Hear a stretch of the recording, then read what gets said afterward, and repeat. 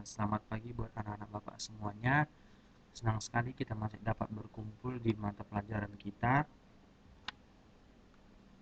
Dan saat ini kita kembali lagi belajar di mata pelajaran pemodelan perangkat lunak.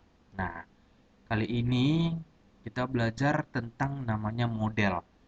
Di mata pelajaran yang sebelumnya, yaitu di tentang pengembangan website dan basis data, pemodelan perangkat lunak ini adalah sebuah mata pelajaran yang sangat-sangat berhubungan dengan yang namanya pemrograman website dan dengan basis data. Pemrograman website tertuju kepada seorang programmer. Basis data tertuju terkhusus kepada seorang database system. Nah, programmer itu adalah seorang yang menciptakan yang namanya software atau aplikasi.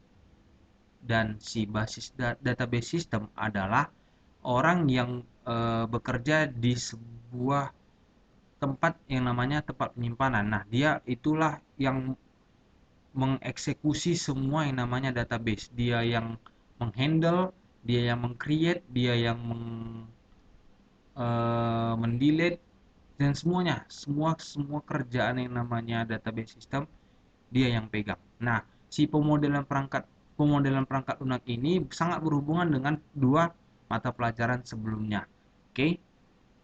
Nah, dua mata pelajaran sebelumnya tadi yang sudah saya jelaskan yaitu tentang pemrograman website dan basis data.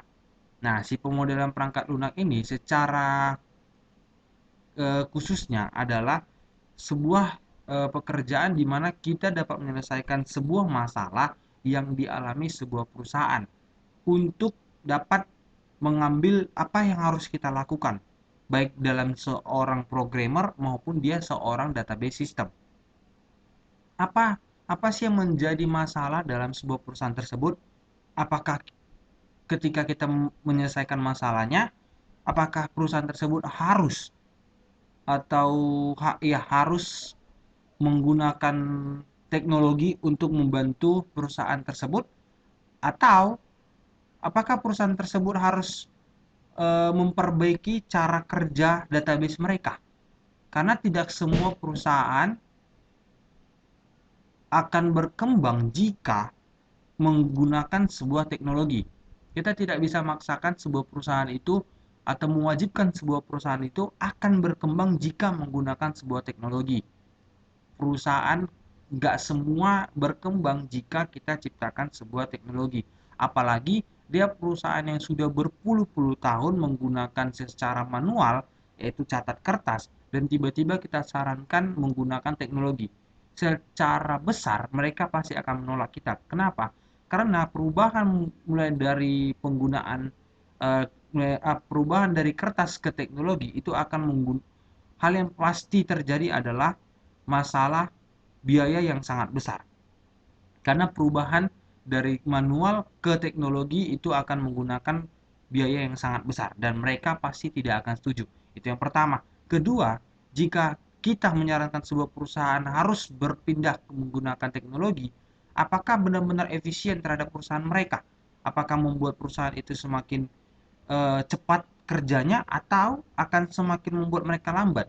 Karena jika mereka mempunyai admin yang memang sudah terbiasa dengan kertas dan itu membuat perusahaan berjalan cepat, jika kita ubah dan itu membuat proses kerja mereka sangat lambat, itu pasti akan sangat ditolak. Jadi, jika kita seorang programmer ataupun database system dan kita ingin ada perusahaan yang meminta kita untuk menyelesaikan permasalahan di perusahaan mereka, kita harus lihat dulu apa yang menjadi tolak ukur, apa yang menjadi permasalahan di perusahaan itu. Nah, untuk memecahkan permasalahan itu, kita mempunyai model. Kita menggunakan model. Model-model tersebutlah yang akan menjadi pedoman kita dalam menyelesaikan masalah. Tindakan yang kita lakukan, apakah kita harus membuat program, apakah kita harus memperbaiki cara kerja mereka, baik di database maupun secara operasional. Nah, itu secara umumnya. Secara umum bagaimana cara kerja pemodelan perangkat lunak tersebut. Nah, pemodelan-pemodelan yang kita yang sering digunakan akan kita pelajari di mata pelajaran pemodelan perangkat lunak yang akan saya bawakan sendiri. Baik, untuk lebih jelasnya kita masuk ke materi kita, yaitu di bab pertama konsep pemodelan berorientasi objek. Nah, konsep dasar pemodelan. Pemodelan pada dasarnya digunakan untuk melakukan proses penyederhanaan dari segala jenis masalah yang ada dalam sebuah sistem sehingga mudah kita pahami. Seperti yang sudah saya katakan tadi, jika ada perusahaan yang ingin kita eh, perbaiki permasalahannya atau ada yang melapor ke kita dan mereka ingin bagaimana cara supaya perusahaan saya itu bekerja lebih cepat, menghasilkan waktu yang lebih efisien, sangat berguna gitu loh. Jadi hal yang harus kita lakukan adalah kita harus mencari permasalahannya terlebih dahulu. Makanya kita menggunakan yang namanya pemodelan. Nah, pemodelan pada dasarnya digunakan untuk melakukan proses penyederhanaan. Jadi kita itu menyederhanakan apa yang menjadi pokok permasalahan di situ. Apakah dari sistemnya atau mungkin dari cara kerja karyawannya. Nah, nanti dari permasalahan yang kita dapatkan, kemudian kita ambil kesimpulan apa yang harus kita lakukan. Oke, sampai sini paham ya apa arti pemodelan? Digunakan untuk melakukan proses penyederhanaan dari segala jenis masalah yang ada dalam sebuah sistem sehingga mudah kita pahami. Nah, pemodelan memiliki beberapa tujuan diantaranya. Yang pertama, pemodelan adalah media komunikasi yang dapat disajikan dalam bentuk secara visual antar pengembang perangkat lunak. Nah, saya ulangi lagi ya. Pemodelan adalah media komunikasi yang dapat disajikan dalam bentuk secara visual antar pengembang perangkat lunak. Ya, media komunikasi, ya, media komunikasi yang dapat disajikan dalam bentuk secara visual.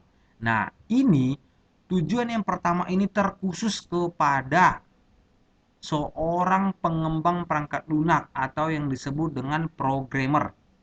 Nah, ini bahasa yang digunakan atau media komunikasi yang hanya mereka yang mengerti apa bahasanya, gitu loh. Jadi, untuk mereka berkomunikasi kepada sesama programmer